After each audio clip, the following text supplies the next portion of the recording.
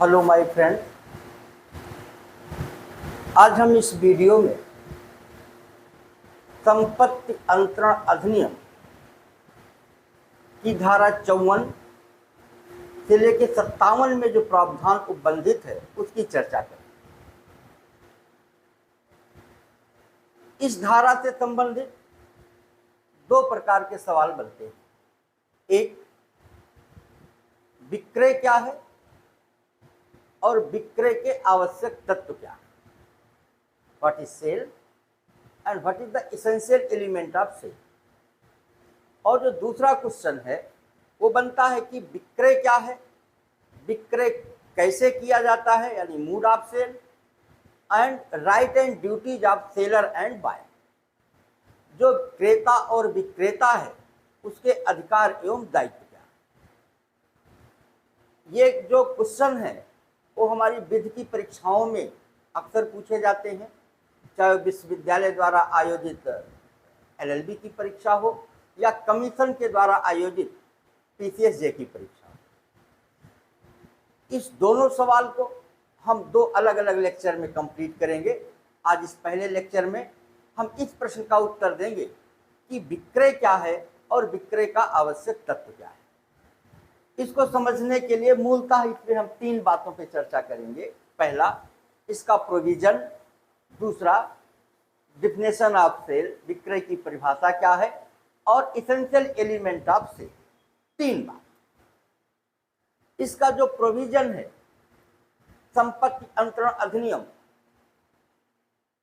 की धारा 54 से 57, 54 से 57 में उपबंधित है। सेक्शन 54 संपत्ति के विक्रय को परिभाषित करती है। अगर आप लिटरली मीनिंग के रूप में देखें कि संपत्ति का विक्रय होता कैसे है या क्या है, तो कीमत के बदले में स्वामित्व का अंतरण, कीमत के बदले में संपत्ति के स्वामित्व का अंतरण, ये विक्रय है। Sale is a transfer of ownership in exchange for a price. ये बात सेक्शन 54 में कही गई है। अगर हम इसके आवश्यक तत्व पे जाएं तो चार प्रकार के आवश्यक तत्व हैं जिसको हम अभी केस लॉ के माध्यम से एक्सप्लेन करेंगे। पहला, दो पक्षकार होने चाहिए। जो संपत्ति विक्रय की जानी है उसकी प्रकृति अचल संपत्ति की होनी चाहिए। इस संपत्ति के बदले में एक कीमत, मनी कंसिडरेशन, और स्वामित्व का अंतरण, यानी टू पार्टीज, दो पक्षकार, एक क्रेता और विक्रेता। दूसरा, संपत्ति की प्रकृति, इमूवेबल प्रॉपर्टी की, और जो कीमत है, मनी कंसिडरेशन, ये आवश्यक है। और ओनरशिप का ट्रांसफर होना चाहिए, स्वामित्व का अंतरण होना चाहिए। ये चार मूलभूत आवश्यक तत्व हैं विक्रय के। अब अगर हम इन तत्व का एक एक करके एक्सप्लेन करें, जैसे दो पक्षकार, तो दो पक्षकार में क्या है, एक विक्रेता और एक क्रेता, ये होने चाहिए। अब सवाल उठता है कि ये क्रेता कैसा हो और विक्रेता की प्रकृति क्या होनी चाहिए। तो क्रेता के संदर्भ में कहा गया है कि क्रेता कोई भी व्यक्ति हो सकता है, वो अवयस्क भी हो सकता है, वयस्क भी हो सकता है, यानी क्रेता के लिए क्रेता कोई भी व्यक्ति हो सकता है। और ये बात सुब्बा रेड्डी वर्सेज जी रेड्डी, ये 1930 के मामले में न्यायालय ने कहा कि क्रेता कोई भी व्यक्ति हो सकता है। लेकिन जब विक्रेता की बात आई तो विक्रेता के संदर्भ में आवश्यक है कि वो विधितः सक्षम हो, संपत्ति अंतरण करने के लिए वो विधितः सक्षम हो। अब संपत्ति अंतरण के लिए जो विक्रेता है उसे सक्षम कब माना जाएगा, तो इसके लिए हमें संपत्ति अंतरण अधिनियम की धारा 7 का अवलोकन करना पड़ेगा। 7 में उसमें लिखा है कि कौन व्यक्ति संपत्ति अंतरण करने के लिए कॉम्पिटेंट है। तीन बातें निकल के आती हैं कि वह संविदा करने के लिए सक्षम हो, एक, वह उस संपत्ति का स्वामी हो, दो, अथवा वह उस संपत्ति को अंतरण करने के लिए प्राधिकृत हो, यानी वो संविदा करने के लिए सक्षम हो, वो उस संपत्ति का स्वामी हो या संपत्ति अंतरण करने का हकदार हो। ये बात सेक्शन 7 में ट्रांसफर ऑफ प्रॉपर्टी एक्ट की धारा 7 में कही गई। अब संविदा करने के लिए कौन सक्षम है, इसका आंसर हमको भारतीय संविदा अधिनियम की धारा 11 में मिलती है कि संविदा करने के लिए वो व्यक्ति सक्षम है जो वयस्क है, एक, जो स्वचित्त है, दो, या जिसे विधिता अयोग्य घोषित नहीं किया गया है। ये एक कंसेप्ट था कि विक्रेता कैसा होना चाहिए। अब ये बात क्लियर हो गई कि वो वयस्क होना चाहिए। अगर इस शर्त का उल्लंघन हुआ, यानी विक्रेता अवयस्क है और उसने संपत्ति को अंतरण कर दिया, तो क्या होगा, ऐसा विक्रय शून्य हो जाएगा, सेल डीड शून्य हो जाएगा। मोहरी बीबी बनाम धर्मोदास घोष, मोहरी बीबी बनाम धर्मोदास घोष के मामले में बात कही गई कि minor's agreement ab initio void, जो माइनर के करार हैं, जो अवयस्क के करार हैं, वे प्रारंभ से ही शून्य होते। अब इस बात को हम और लीडिंग केस के माध्यम से समझने की कोशिश करेंगे।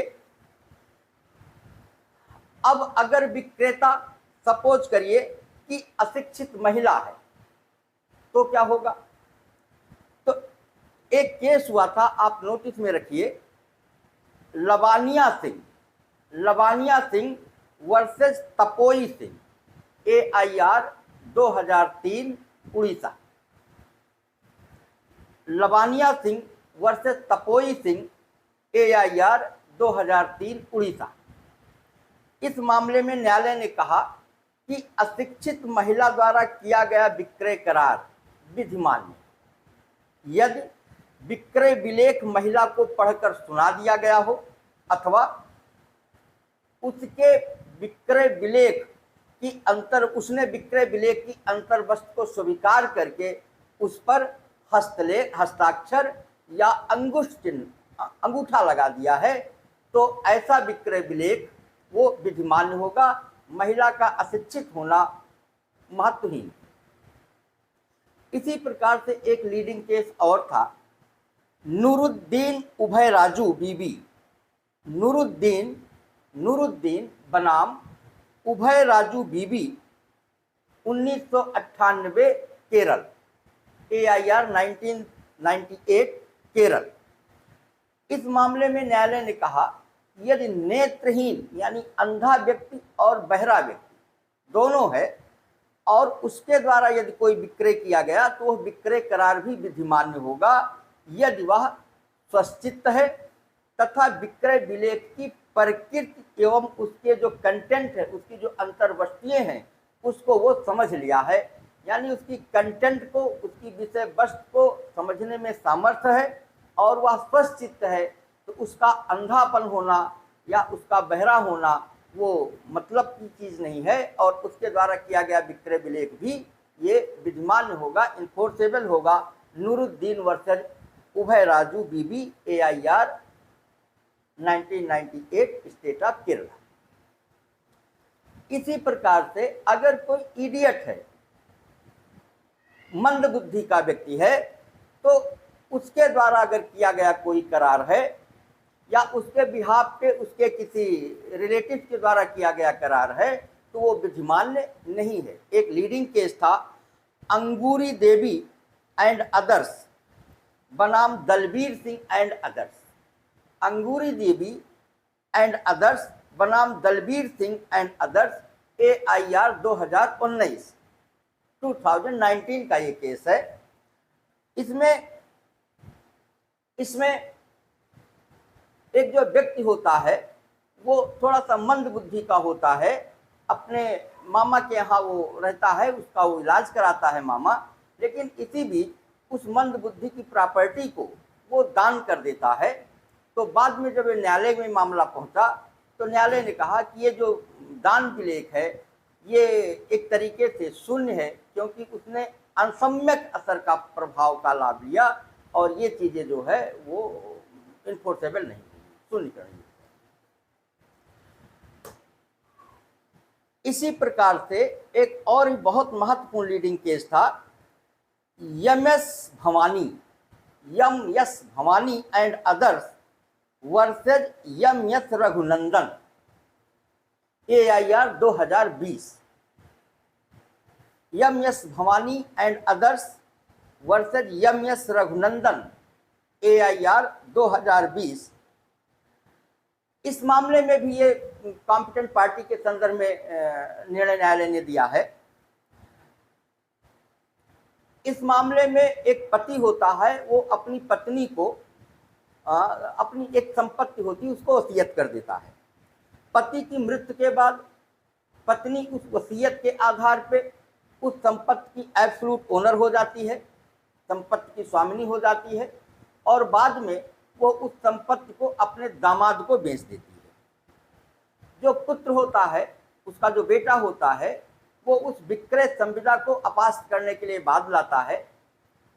न्यायालय ने निर्णय दिया कि जो पत्नी है उसने जिस प्रॉपर्टी को सेल किया है वो उसको पति से वसीयत के रूप में प्राप्त हुई है, और वसीयत की वैलिड थी, इसलिए उस प्रॉपर्टी को एब्सोल्यूट ओनर है, और वह दामाद को या किसी अन्य व्यक्ति को, किसी को भी वो उस संपत्ति को अंतरण कर सकती है, इसमें बेटा दखल नहीं दे सकता।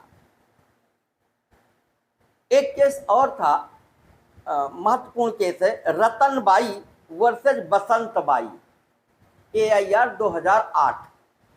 Ratanbai versus Basantbai, AIR 2008। इसमें क्या हुआ कि एक पिता होता है, उसकी मृत्यु हो जाती है, तो मृत्यु के बाद उसकी जो प्रॉपर्टी होती है वो माँ को और उसकी 2 पुत्रियों को विधिक उत्तराधिकारी के रूप में प्राप्त होती है। माँ ने उस पूरी प्रॉपर्टी को अपनी एक पुत्री के हस्बैंड को विक्रय विलेख के माध्यम से बेच देती है। तो जो दूसरी पुत्री होती है उस विक्रय विलेख का विरोध करती है। तो मामला जब न्यायालय में गया तो न्यायालय ने इस विलेख को इन्फोर्स नहीं कराया और कहा कि जो माँ थी वो कॉम्पिटेंट पार्टी नहीं थी इस विक्रय को करने के लिए, क्योंकि वो विधिक उत्तराधिकारी के रूप में उसे संपत्ति प्राप्त हुई थी, और किसी भी व्यक्ति को, किसी भी पक्षकार को केवल उतनी ही संपत्ति बेचने का हक है, अंतरण करने का है, जितना उसके हक में है। क्योंकि माँ के पास अपना अंश था, साथ साथ उसने दोनों पुत्रियों के अंश को भी दामाद को दे दिया था, जिससे वो उसकी हकदार नहीं थी और विक्रय विलेख इन्फोर्स नहीं हुआ। इस तरीके से इन सब केस के माध्यम से, लीडिंग केस है ये सब, आप देख रहे हैं कि पार्टी हर एक स्थिति में कॉम्पिटेंट होनी चाहिए, जिस संपत्ति का वो बेच रहा उसका स्वामी होना चाहिए, और संपत्ति को अंतरण करने का वो हकदार होना चाहिए। इसी प्रकार से एक 2014 का केस है, बी इथिराज वर्सेस यश श्रीदेवी, बी इथिराज वर्सेस यश श्रीदेवी, AIR 2014। इसमें क्या होता है, एक व्यक्ति होता है और उसके पास एक प्रॉपर्टी होती है, लेकिन उस प्रॉपर्टी में उसके केवल 50% शेयर होते हैं, लेकिन उसने पूरी की पूरी प्रॉपर्टी बेच दी थी। तो जो दूसरा व्यक्ति था जिसके पास 50% का शेयर था, उसने विरोध किया था और न्यायालय ने इसे भी इन्फोर्स नहीं किया और कहा कि वो कॉम्पिटेंट पार्टी नहीं था, उसको केवल उतने ही अंश बेचने का हक था जितना कि उसका उस प्रॉपर्टी में था। तो इस तरीके से अगर हम 2 पार्टी को समझें तो क्रेता विक्रेता, क्रेता कोई भी हो सकता है, और इसके संदर्भ में सुब्बा रेड्डी वर्सेस जी रेड्डी 1930 का मामला हुआ, जिसमें न्यायालय ने कहा कोई भी हो सकता है। लेकिन जो विक्रेता है वो हर एक परिस्थिति में वयस्क होना चाहिए, नहीं तो मोहरी बीबी बनाम धर्मोदास घोष के मामले में उसे एब इनिशियो वाइड घोषित किया गया। इसके बाद लवानिया सिंह वर्सेस तपोई सिंह, जिसमें हुआ कि वो एक अशिक्षित महिला भी कॉम्पिटेंट पार्टी है अंतरण करने के लिए। इसके बाद नुरुद्दीन वर्सेस उभय राजू बीबी, जिसमें नेत्रहीन महिला की बात कही गई। इसके बाद आया S Bhavani and others versus S Raghunandan, AIR 2020। Angoori Devi and others versus Dalbir Singh and others, Ratanbai and Basantbai, B Ethiraj and Yash Sridevi 2014। ये सब केस अलग अलग अभी फैक्ट मैंने बताया, इसके माध्यम से आप इसको सॉल्व कर सकते हैं। अब एक दूसरी बात आई कि जो दूसरा अंत है कि अंतरण की विषय वस्तु, सब्जेक्ट मैटर क्या होना चाहिए। उत्तर मिला कि ट्रांसफर ऑफ प्रॉपर्टी एक्ट के अंतर्गत जो विक्रय की विषय वस्तु है वो हर एक परिस्थिति में अचल संपत्ति होनी चाहिए, चाहे वो मूर्त संपत्ति की श्रेणी में आती हो, चाहे वो अमूर्त संपत्ति की श्रेणी में आती हो, लेकिन हर एक परिस्थिति में अचल संपत्ति है। अगर संपत्ति के विक्रय की विषय वस्तु चल संपत्ति होगी तो उस पर ट्रांसफर ऑफ प्रॉपर्टी एक्ट के नियम ना लागू होकर के सेल्स ऑफ गुड्स एक्ट के नियम अप्लाई होंगे। तो संपत्ति की जो विषय वस्तु है वो हर एक परिस्थिति में अचल संपत्ति होनी चाहिए। अब अचल संपत्ति क्या हो, उसके लिए दो कंडीशन और है, वो अस्तित्व में हो और ट्रांसफरेबल नेचर की हो। यानी आप सीधे शब्दों में कह सकते हैं कि विक्रय के लिए जो संपत्ति की प्रकृति है वो तीन रूपों में आ गई। इमूवेबल प्रॉपर्टी हो, वो एग्जिस्ट करती हो और वो ट्रांसफरेबल नेचर की हो। अगर इस प्रकार की है तो उस संपत्ति का ट्रांसफर ऑफ प्रॉपर्टी एक्ट के अंतर्गत अंतरण किया जा सकता है। ठीक है, जैसे सुखाचार, घाट का अधिकार, मछली पकड़ने का अधिकार, अस्थावर संपत्ति से प्राप्त फायदा को प्राप्त करने का अधिकार, मोचन का अधिकार, प्रतिलिप्याधिकार, कॉपीराइट आदि आदि, ये सब क्या है, अचल संपत्ति के एग्जाम्पल हैं। इनका अंतरण टीपीए के अंतर्गत हो सकता है। अब जो तीसरा फैक्ट है कि संपत्ति क्या हो, वो धन के रूप में होना चाहिए, कीमत के रूप में होना चाहिए, मनी कंसिडरेशन के रूप में होना चाहिए। अब जो टीपीए के अंतर्गत, ट्रांसफर ऑफ प्रॉपर्टी एक्ट के अंतर्गत मनी कंसिडरेशन यानी कीमत को परिभाषित नहीं किया गया है। कीमत को, कंसिडरेशन को माल विक्रय अधिनियम में परिभाषित किया गया है और जो उसका अर्थ है वही टीपीए में भी अप्लाई हो रहा है। यहाँ कीमत से अभिप्राय उस संपत्ति के बदले में दिया गया प्रतिफल से है। यह तत्काल देय होता है या भविष्य में भी इसको दिए जाने का वचन दिया जा सकता है। कीमत पक्षकारों के द्वारा अंतरण किए जाने से पहले तय किया जाना चाहिए। ये तीन रूपों में हो सकता है, धन के रूप में हो सकता है, यह अंशतः धन या अंशतः वस्तु के रूप में हो सकता है, किंतु यह केवल धन और केवल वस्तु के रूप में नहीं हो सकता। यानी जैसे आपने 100 रुपये दिया और 100 रुपये के बदले में हमने 10-10 रुपये के 10 नोट दे दिए तो ये अंतरण नहीं हुआ, एक्सचेंज हो जाएगा। या आपने कोई एक मोटर गाड़ी दी, हमने उसके बदले में आपको ट्रैक्टर दे दिया तो ये वस्तु के बदले में वस्तु, यानी केवल धन के बदले में धन या केवल वस्तु के बदले में वस्तु इस श्रेणी में नहीं आते। अंशतः धन या अंशतः वस्तु के रूप में ये विक्रय की लिए कीमत हो सकती है। ठीक है, अब यही बात जो कीमत के संदर्भ में कही, इसमें दो महत्वपूर्ण लीडिंग केस हैं। एक है विद्याधर बनाम मनफिक राव। विद्याधर बनाम मनफिक राव, ये AIR 1999 का केस है, जिसमें यह बात कही गई है कि कीमत का तत्काल भुगतान किया जाना आवश्यक नहीं है, इसका भुगतान भविष्य में भी किया जा सकता है। एक दूसरा कबिया बनाम यन सुदर्शन रेड्डी। कबिया बनाम यन सुदर्शन रेड्डी, इस AIR 2004 का मामला है। इसमें न्यायालय ने कहा कि कीमत का मूल्यवान होना आवश्यक है, उसका पर्याप्त होना या अपर्याप्त होना अर्थहीन है, यानी वो महत्वपूर्ण नहीं है। ठीक है, एक इसी से जुड़ा हुआ सवाल और है, बहुत महत्वपूर्ण लीडिंग केस है, पप्पू सिंह एवं other versus Prahlad Badrilal Sen. Pappu Singh and others versus Prahlad Badrilal Sen, AIR 2020। इस मामले में ये इंपॉर्टेंट है, ये कंपटीशन में आ सकता है, पूछा जा सकता है। इस मामले में विक्रीत संपत्ति यानी जो संपत्ति बेची गई थी उसके मूल्य का भुगतान चेक के द्वारा किया गया था और जब चेक को भुनाने की कोशिश की गई बैंक में तो डिसऑनर हो गया, उसका भुगतान नहीं हो पाया। तो मामला ये हुआ कि इस कीमत का भुगतान तो हुआ नहीं, जबकि मनी कंसिडरेशन यानी कीमत का भुगतान इसेंशियल एलिमेंट ऑफ सेल है, तो क्या ये सेल इन्फोर्सेबल होगा कि नहीं होगा।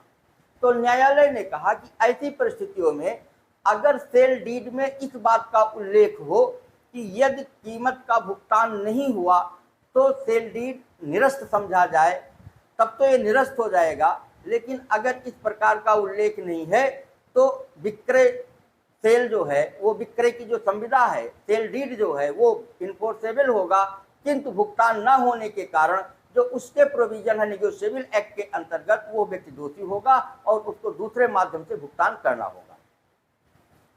लास्ट पॉइंट है स्वामित्व का अंतरण।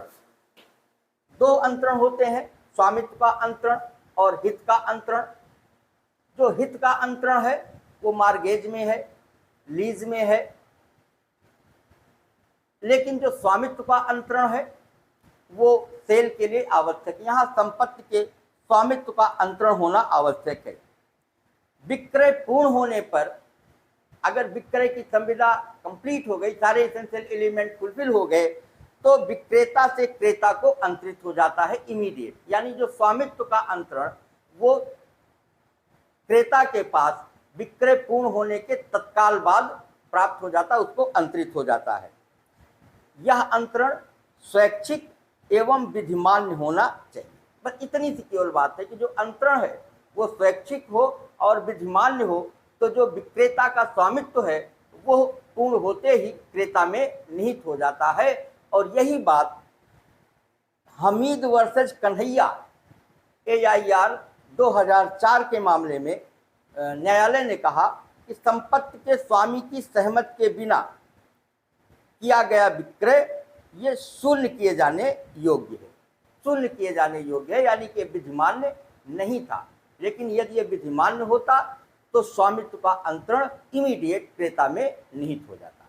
इस प्रकार से ये जो मेरा प्रश्न था कि विक्रय क्या है और विक्रय के आवश्यक तत्व क्या है, हमने प्रोविजन के रूप में, हमने इसकी परिभाषा के रूप में और इसके आवश्यक तत्व के जो चारों मूलभूत आवश्यक तत्व हैं कि दो पक्षकार होने चाहिए और संपत्ति का अंतरण होना चाहिए, स्वामित्व का अंतरण होना चाहिए, कीमत, इन सब का आपने केस लॉ के माध्यम से सुना। ये आपके कंपटीशन के लिए और विधि की परीक्षाओं के लिए इम्पॉर्टेंट है।